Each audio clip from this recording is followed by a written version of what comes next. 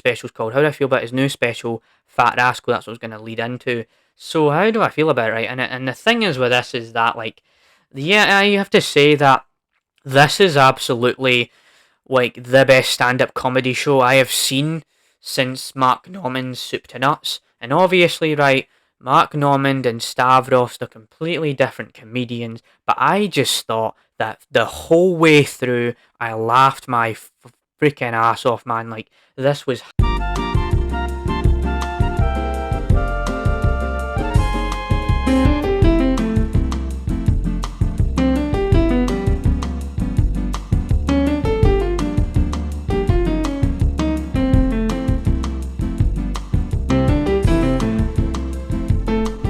You are about to experience the James Rambling Show, hosted by James Batty.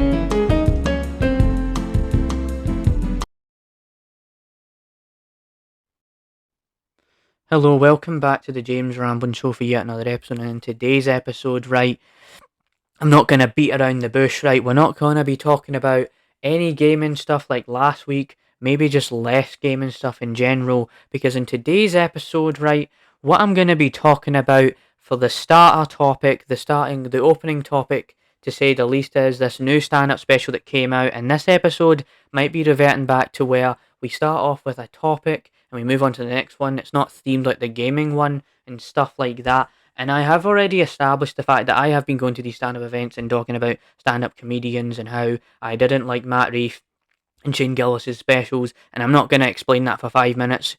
You can go onto my second channel for the clips. I can even link it down below and stuff like that. So once we get into this actual special, right, who is the stand-up comedian and actually what is the name of the special? So the stand-up comedian special that we'll be diving into is actually this comedian called Stavros, right? Stavros Halkias, right? I believe his name is. And he's like this Greek American comedian. He's a bit chubby sort of thing. He's got glasses and all of that kind of stuff. And so there's definitely that. But I will say that before I even dived into the special, watching it with my dad and stuff like that, I watched some of his crowd work to see what it was like. Just to get a bit of a background, get a bit of a context into what this comedian has to offer. And I have to say that I really enjoyed those stand-up comedy bits that he did. It wasn't even like I was there with the crowd. I actually enjoyed it. He's very, very funny. Like, his style, he kind of just goes with the flow, lets the crowd laugh, has fun in between it. He even laughs at his own jokes, which makes it even funnier. It just shows you that he is having so much fun on that stage, and it is awesome to see. So there's definitely that. So how do I feel about the Fat Rascal, right? And that's what the special's called. How do I feel about his new special, Fat Rascal? That's what I was going to lead into.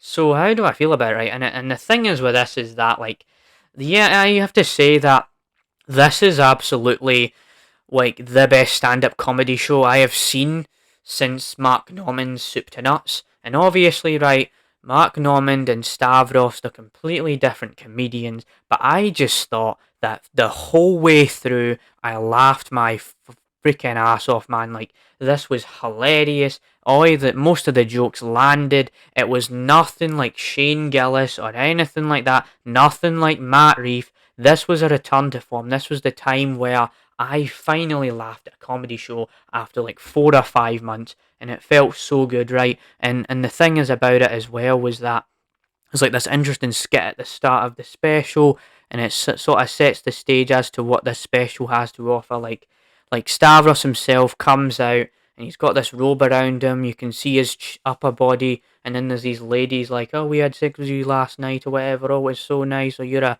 a silly fat rascal." And it was a little good lead in into the actual special.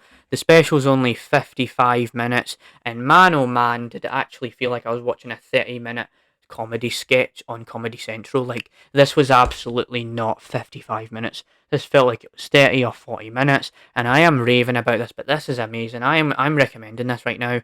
I absolutely am. And there was some jokes in there. Like, I will say that of course he's not better than Louis C.K., but he absolutely did knock the other comedians I've watched in the past couple of months out of the fucking park, man. I'm not even gonna lie. I'm not even gonna lie when I say that right now. So I will play a couple clips maybe of the special and link them down below. I just want you to get a bit of a flow as to a bit of an understanding. as to this. And another good thing about this whole thing was how he pretty much jokes about himself as well. Like he just comments on how he's super fat and how he can barely have sex because of his weight. He really goes into himself and offends himself, and it's awesome. It's actually pretty awesome to see that a comedian just roasting themselves instead of just roasting others, because obviously I like offensive comedy, but it is an interesting spin where you get to see this guy joking about himself and his life, and it's awesome, honestly. No more. So here's a clip, right? Oh wait, here we go. Right, I mean, right. This is from the special. Right. Right.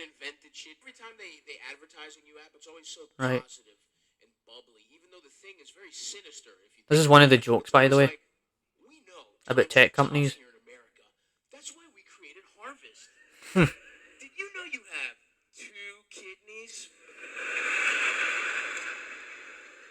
Seems kind of unnecessary, doesn't it? A minute, let's see. Hold on. Financial freedom. They're fucking dumb as shit. So he's just like joking about how tech companies are stupid, and there was even this stuff about how, like, he made a joke about how Elon Musk is running Twitter into the ground. I think.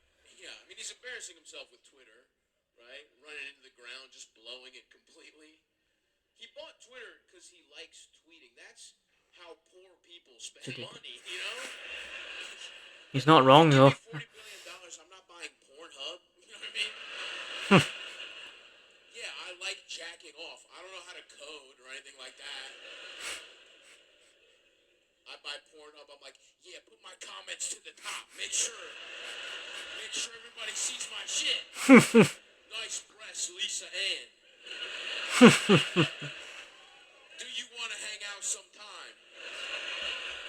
Yeah, that joke, and he even goes back to doing like crowd work and letting, like, there was even segments where he'll ask the crowd a question, he kind of jokes about them and stuff like that, and it's just amazing. Like I could go on and on about this, and I am absolutely happy that we get another awesome, amazing stand-up special. I'm not going to go any further with this topic. I think I have said enough about this.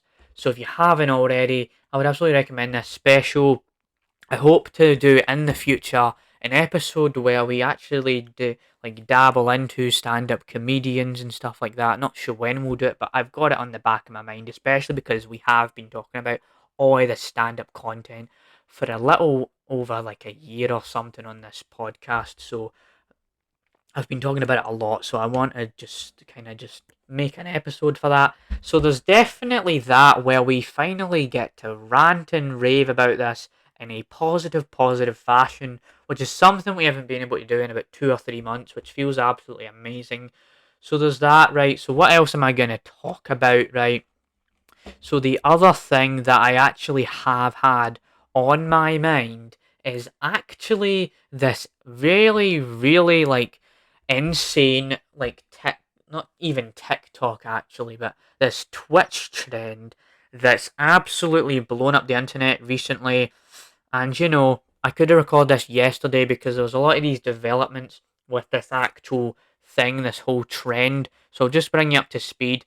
So pretty much as of recently, right, Twitch did this trend where they let these streamers get topless on the camera. So you didn't see that, you just seen like the top end of it.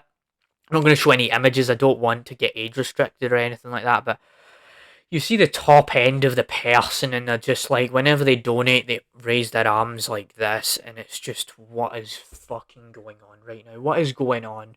I know we kind of say the absolute state of society. We've done this before on the James Ramblin show, but society just crumbles when you realise that there's stuff like the TikTok NPC trend and this shit like that, and also there's also just stuff like how Twitch defended these people, and then they're backtracking, and it's just an absolute mess of a situation, to say the least. Like, I've got an article here detailing things about it, and so I will get into that. I mean, this is an interesting contrast because we were just doing a positive little topic, and then we just realised there was a current event that I indeed wanted to dabble into here. So this article comes from IGN, right? So an IGN page called, right. So there's that, but we'll just read this right now. So Twitch's new sexual content guidelines updated to include quote unquote artistic nudity, right? After viral topless stream. See, even me is losing brain cells right now trying to read this here because oh my lordy, society has crumbled. So there is a detail. It does detail how there is like content that deliberately highlights breast, buttocks, pelvic, even fully closed, blah blah blah blah blah, right? All this stuff, right? And it says Twitch has historically struggled with sexual content because there was like this trend where they had these hot tub streamers diving into hot tubs, and it's really just a giant mess right now. And it is an inch, and I will say, right, I know I exaggerated and stuff like that, but it's not even like the sex worker's fault here. It's actually just Twitch because I forgot to mention this detail that they are recommending it to anybody at all. Like there's literally like little like children are getting recommended this. Even if you don't have an account, you got recommended this, right? And the thing is, right, Twitch is not an 18 plus site, it's like 13 plus, so these little like underage kids are getting to see this and it's just really, really weird. And so you definitely get that where got the whole Twitch phenomenon going on, that whole entire messy disaster that's happening over at Twitch right now. So what else can we dabble into here, surely? So there's definitely that, right? But I do actually want to go back to how I actually have been replaying the Yakuza games again. So right, I did say this before. I have talked about how I've been replaying the Yakuza games, but I have been replaying Yakuza 5 and 6, and I just thought to myself, why not discuss my opinions on this, right? Have my opinions changed? It feels like a weekly occurrence now, but I just thought I would. So, Yakuza 5, if I remember correctly, in my review show episode where I talked about how, Yakuza 5 and things of that nature, I have to say that when it comes to Yakuza 5, I definitely think that it overstates its welcome. I think I said that in the review episode, right? Overstates its welcome. It's like 21 chapters long. It's too long, right? That's definitely a common complaint about the game itself. But I have to say that like part three where you get Haruka and Akiyama in there. Get to see Akiyama again was nice. Like the Haruka bit where you're just like doing this dance routine and you're competing against these other dancers. It was this like change of pace for the series, especially because it's a beat 'em up brawler. So I really enjoyed that aspect. But things like how, right, there's Saijima's bit, right, it's cool that you get to fight a bear for the first time in the series, but it does feel like a couple chapters where you're just hunting and moving around in a forest, and I can tell not a lot of people like that. There's also points where the game feels like it's so fast and then it's so slow, then it goes back to being so slow and then so fast. And so like I feel like that the finale also had some issues where the final boss, right, I had to say like it didn't feel as satisfying because he was like at the start of the game and then he comes in at the end and there's no build up because there's too many things going on at once in this game. Like there's Shinada and his combat isn't particularly compelling, but he is a good character by the end of it. You get to see how he's very charming and he's very awesome as a character because everything with Daigo. It's just that bit's amazing. It's just the pacing is very bad, and I think it took me like 54 hours to beat this game in about 5 or 6 days of playing it to actually beat it because there was so much in there, and I just took a break in between the game itself because it was too dang long in my opinion, and that's pretty much my biggest criticism about it. And the story isn't perfect either, like I said, the final boss. So there's definitely that kind of stuff, right? So Yakuza 6, right? I don't want to beat around the bush with Yakuza 5. I indeed would overstate my own welcome talking about a game that overstates its own welcome by doing something like that, talking about it for 5 more minutes. So Yakuza 6, right? So I think on that review episode about the Yakuza games that my original take on it was how, oh, Yakuza 6 is bad and all that kind of stuff. So how do I feel about it now? So giving you a bit of background here, right? I've only played halfway through this game, but my man, this is definitely going to be an interesting one because I actually do not hate Yakuza 6 anymore. And I know I said this about Yakuza 3 last week, but like my god, why the hell did I hate this game? There is so many cool aspects to this game, like getting to see Kiryu age and stuff like that. Seeing how his progression throughout the entire series leads up to this point is interesting. And I also complained in that review about how there's this character that has this different viewpoint on Yakuza and they shouldn't have tattoos. Well, it creates this interesting dynamic with old versus new, like old versus new, right? Who do you choose, right? Do you. It's like kind of this thing, this interesting idea. Also, there's family elements where Kiryu's doing everything he can to protect his family, get the best for them, get the best for his family and stuff like that in the game right now. It's so simple and straight to the point that it's pretty much night and day compared to Yakuza 5, right? For example, because Yakuza 5, as I even established, was how right, the game overstates its welcome. It takes too long to even finish. Like the finale is way too long. I mean, it's 5 chapters of a finale, right? And Yakuza 5, Yakuza 6, right? I mean, it is like 13 chapters, and you just breeze through it. It's really fun as well, right? The combat itself, right? Combat is okay, but I can sort of understand this. Especially like originally, I didn't really get it right. I was kind of implying that Yakuza Kiwami 2 and this Yakuza 6 game were made at the same time, and that's why it was rushed. But Yakuza 6 was actually the first ever Dragon Engine game, so they were trying out a new engine, right? And they were trying to get a feel for this. So of course, maybe the combat doesn't have to be so up to par and so smooth and stuff like that because it was their first time doing it, and so I can understand that. And it just seems to me right now the game feels like it's more emphasizing on its story rather than its action and stuff because there's this whole narrative about Haruka and the baby and stuff like that. I mean, the interactions with the baby you get to do. I remember being like, "Oh, Kiryu's this soft man who has to look after this baby," but it brings in this interesting dynamic about old versus new, where the Kiryu's getting to have his interaction with a baby. It's also like this fun mini game where you get to cheer up the baby because it's crying and stuff like that, which is awesome. I actually enjoy that. There's also some really good songs in Yakuza 6, right? Like the soundtrack is amazing. Like, oh man, there is decent music in there. And so there's that, and there's a lot to even go into about this game because there's this interesting thing to do with how like Yakuza 6 opens up with this flash forward where like you get to see this point in the game that happens later on. I think the actual event where like the opening scene actually happens in chapter 3 or something like that. So that was an interesting thing they never done before, and that's something that I was majorly coping about it with Yakuza 6. Like, oh, it was too many risks, it was too experimental, oh, it was too trying to do too many whatever the hell, right? I didn't fully understand it, but it is this cliche thing of right. Once you give something another chance, maybe you'll end up liking it, and that maybe turned into a yes. Actually, I indeed enjoyed it. So there's definitely that. But this whole Yakuza 5 and 6 conversation just reminded me of how the Gaiden dub update came out recently, and now I have not actually had the chance to actually play this.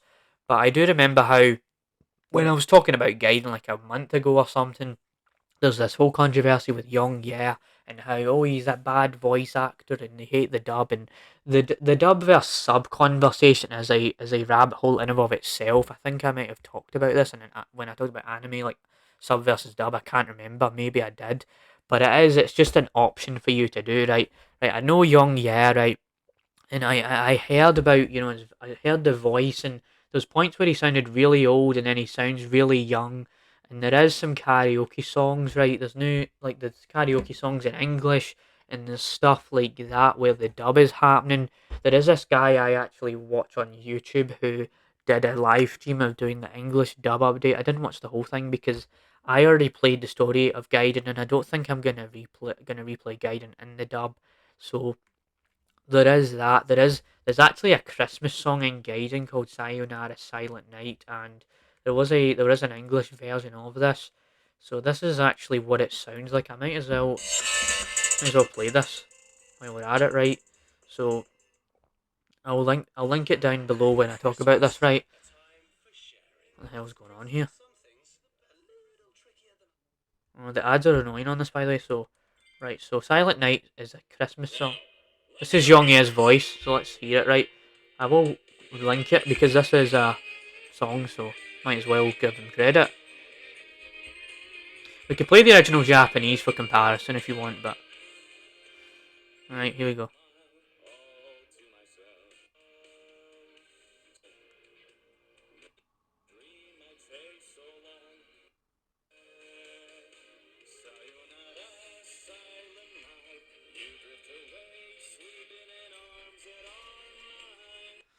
So this is like that's the English version of it, right? But there's this Yakuza song called Judgment, and Young Ye got controversy for how it sounded auto-tune or AI, and there's things of that nature. But I'm gonna play the Japanese version of Sayonara Silent Night, and I've had this song on repeat. And awesomely, right, this is really awesome that Gaiden is still popular after like a month. Like people are still talking about this. The dub just gave it an even bigger boost in like popularity because that game was amazing, and that's an example of a game that was so short and simple and really fun, and the combat was amazing. They knocked it out of the park. RGD Studios knew what they were doing with that game. So I have it here, right? I'm just gonna play this for comparison's sake. So I thought I had it here, right? Oh man. Give me a second, baby. I should have it. So if I just set up right, here we go. This is the Japanese version, right? Here we go. Just for comparison's sake, between Yongye and Taki Yakurada's voice in original Japanese, right?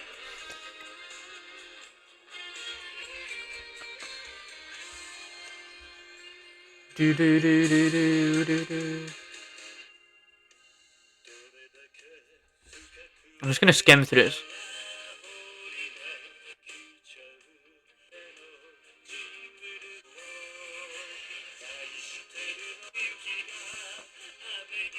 Yeah, you can tell there's a difference in the voices with the dub and the Japanese. Like you can tell that the original voice actor of the song actually or the games or whatever, he actually sounds more like there's more emotion to it. Whereas like Young, yeah, he doesn't. It just doesn't hit the same. If I'm being honest with you, and so there's definitely that kind of stuff. But I could also just play on top of that whole controversy with there's the Judgment song where the dub and all that. Like it was in, I think it was in the Yakuza 8 demo with the dub version of it, and people were getting mad. And I mean, it is what it is, man. It's just a dub voice at this point. So this is what it is, right? So this is what it sounds like, right?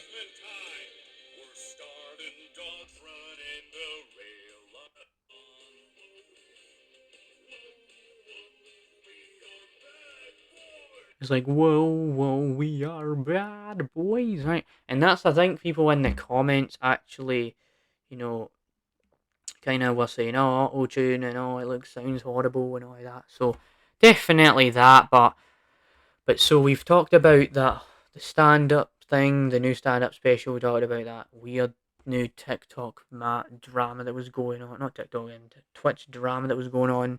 There was all these things we were talking about Yakuza. We're talking about Yakuza again, but I kind of want to wrap up this week's episode discussing how there was actually another song that came out. Well, not really a song, but there's this preview of a song that came out from that band, Rive, that we covered a few weeks ago, 2 weeks ago. By the way, they actually got 1,000 listens on Spotify, which is amazing. And I think the new track is called Melonship, coming out January 5th. So we might be coming around to actually covering that in the next coming year. So here we go, right? This is what it sounds like, right?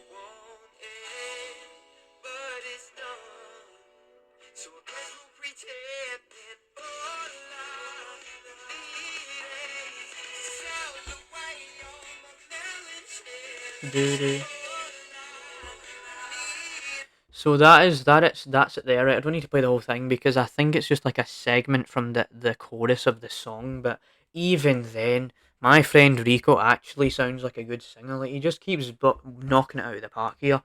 So there's definitely that, right? But I'm gonna end the episode now because I don't want to end up having another 26-minute episode like we've been having recently. So yeah, hope you enjoyed this episode of the James Ramen Show. Stay tuned for more like this.